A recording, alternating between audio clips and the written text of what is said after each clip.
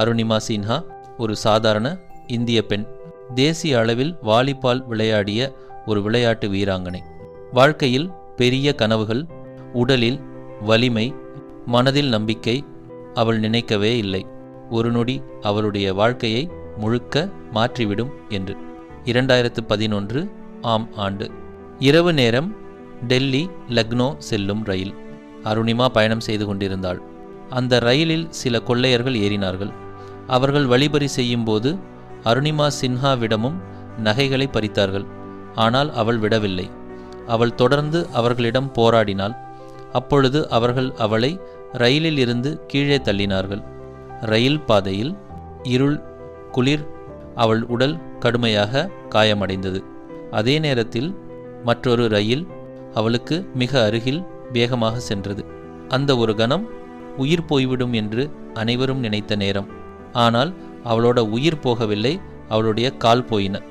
மருத்துவமனையில் டாக்டர்கள் சொன்ன உண்மை அவளை நொறுக்கியது. அவளுடைய ஒரு காலை காப்பாற்ற முடியவில்லை. முழங்காலுக்கு கீழே காலை அகற்ற வேண்டிய நிலை. ஒரு விளையாட்டு வீராங்கனைக்கு ஒரு காலிழப்பு என்பது அவள் கனவுடைய முடிவு. அந்த நேரத்தில் அருணிமா அழுதாள், உடைந்தாள். ஆனால் அவள் அவள் தைரியத்தை கைவிடவில்லை.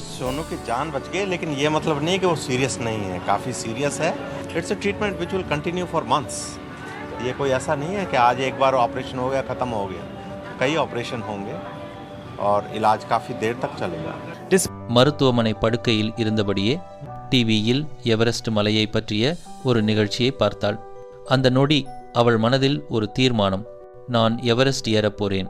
ஒரு காலில்லாத பெண் உலகின் உயரமான மலையை ஏறுவாள் என்று யாரும் நம்பவில்லை. ஆனால் அருணிமா நம்பினாள். செயற்கை கால், தாங்க முடியாத வலி, ஒவ்வொரு நாளும் கடினமான பயிற்சி. விழுந்தாள், மீண்டும் எழுந்தாள், அழுதாள், மீண்டும் முயன்றாள். அவள் உடல் கஷ்டப்பட்டது. ஆனால் அவள் மனம் ஒருபோதும் உடையவில்லை. 2013 ஆம் ஆண்டு அருணிமா சின்ஹா மவுண்ட் எவரெஸ்ட் உச்சியை அடைந்தாள். ஒரு காலிழந்த பெண் உலகின் உச்சியில் நின்றாள். அந்த தருணத்தில் அது ஒரு சாதனை மட்டுமில்லை, அது நம்பிக்கையின் வெற்றி. அது மன உறுதியின் வெற்றி. அது பெண்களின் வலிமையின் வெற்றி. அருணிமா சின்ஹா சொல்கிறாள், உடல் உங்களை தடுக்கலாம், ஆனால் மனதை யாராலும் தடுக்க முடியாது. இந்த கதை ஒரு விபத்து கதை மட்டுமில்லை, இது எழுந்து நிற்கும் கதை. போராடும் பெண்களின் கதை. மன தைரியத்தையும் முயற்சியையும் ஒருபோதும் கைவிடக்கூடாது என்பதற்கான கதை. இந்த வீடியோ உண்மை சம்பவம் மட்டுமில்லை, உங்களுக்கு தைரியம் கொடுக்கிற ஒரு குரல்.